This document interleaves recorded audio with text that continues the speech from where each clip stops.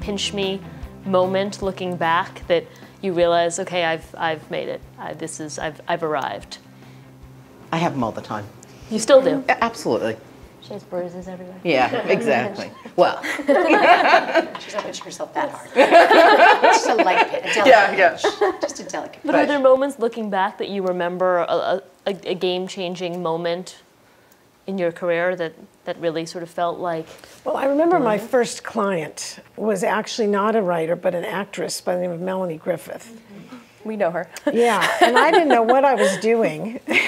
I remember they offered me top of show. I thought that was fabulous. And I took it for a moment. You know, I didn't really know, but she and I are about the same age. And she was coming up and I was coming up, and I thought, you know, I've arrived because I'm handling her. Well, she was already a big star for so long, Yeah, too. she was a star, but she was adorable and very sweet, and she was very patient. But I really, you know, you get thrown in because I didn't go through a trainee process. I was in a boutique agency for several years, and so I didn't have that. So you just have to sort of do it. I felt I arrived when I handled her. Or I can call my parents and tell them that I was handling her. Were there?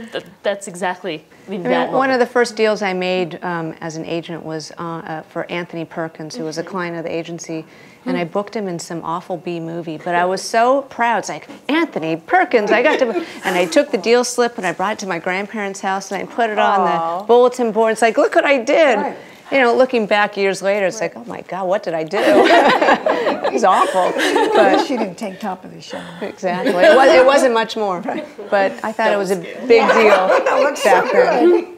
Do you guys have moments like that? I mean, they're not so much because I agree with Laura, you have them all the time, and they're, you know, and thank God you have them, because these jobs are such peaks and valleys daily.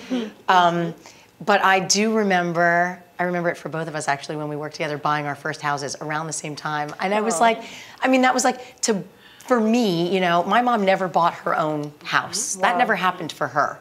I mean, it happened for her much later in life, you know, but to be 20-something, I mean, I never thought that was going to be possible. In Los Angeles, buying a house. In Los Angeles, I never thought that was going to be possible. From the time I got out here, living with my mother, you know, and then renting the first small apartment, you know, it's like, I would drive around and look at houses endlessly.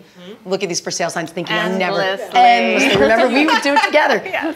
We would drive around looking at for sale signs, like hoping and dreaming. Go to a million open houses? I mean, a million open houses, like fantasizing about like what would it be like to like, right? And so when I bought my first house, which was at 30, it was like a real milestone. Wow. I thought, this is amazing. It doesn't need to get better than this, you know? It's like, so anyway, I felt like that was for me the arrival of rooted in LA, I own this house, I've made it kind of thing, so.